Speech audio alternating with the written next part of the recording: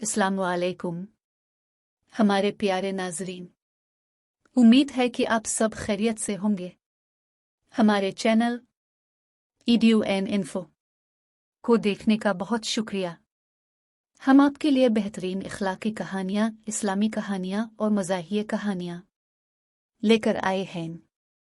अच्छी अच्छी कहानियाँ देखते रहने के लिए हमारे चैनल को सब्सक्राइब करें ताकि हमारी नई कहानियाँ सबसे पहले आप तक पहुँचें। हमारे चैनल को लाइक और सब्सक्राइब करें। शुक्रिया। अब चलते हैं अपनी कहानी की तरफ। दूध का दूध, पानी का पानी। जब से शमून को चोरी की लत लगी थी, सफाई से झूठ बोलने में इसे महारत हो गई थी। यही नहीं, वो अपनी बात पर सख्ती से कायम भी रहता। आज भी घर में एक हंगामा बरपा था, क्योंकि शमून मान ही नहीं रहा था कि उम्मी के पर्स में रखे 3,000 उसने चोरी किए हैं। सबूत किसी के पास न था, लेकिन यकीन सबको था। ये रकम शमून ने अपने दोस्त नोमी के बैग में छुपा दी थी। नोमी के घर में पैसे की रेल पेल थी। इसके बैग से 3,000 की रकम निकलना कोई बड़ी बात नहीं थी। इस पर किसी को शक भी नहीं हो सकता था। इसीलिए तो चोरी करने के बावजूद शमून अपनी बात पर डटा हुआ था।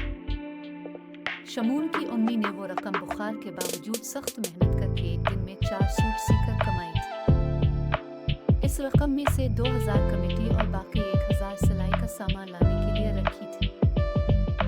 घर के काम निपटाकर पड़ोसन को कमेटी की रकम देने और बाजार जाने के लिए जब उन्होंने अपना पर्स खोला तो इसमें सिवाय चंद 100 के कुछ भी न था। वो तो दिल थाम कर रह गए। कमेटी की रकम देने की आज आखिरी तारीख थी और 2 दिन बाद जो कपड़े सीकर देने थे, इसके लिए सिलाई का सामान भी बाजार से लाना था जो घर में नहीं था। वो बहुत परेशान थी। शमून की दादी से बहू की तकलीफ और परेशानी नहीं देखी जा रही थी। उन्होंने शमून के करीबी दोस्तों को घर में जमा किया जो हर तफरीह में शमून के साथ होते थे। दादी अम्मा ने बारी बारी शमून के दोस्तों से मुख्तलिफ सवालात किए, लेकिन मसले का हल सामने ना आया। हालांकि सब दोस्त वाकिफ थे कि रकम नोमी के पास है, लेकिन किसी ने भी जबान न खोली। शमून के दोस्त भी तकरीबन उसी के हम उम्र थे, यानी 12-13 साल के, और सारे के सारे निहायत चालाक। लेकिन दादी अम्मा ने भी अपने बाल धूप में सफ़ेद नहीं किए थे।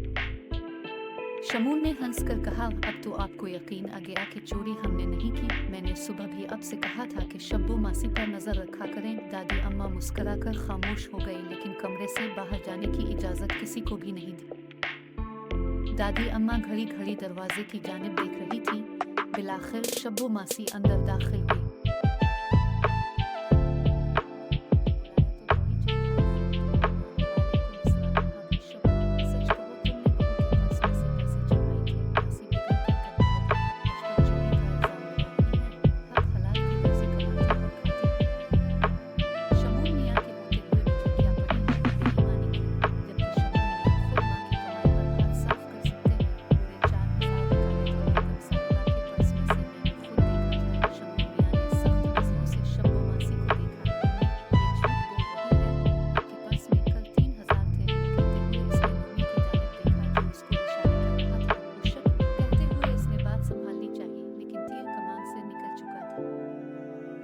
दादी अम्मा ने कहा, अब कुछ कहने की जरूरत नहीं है शम्भू।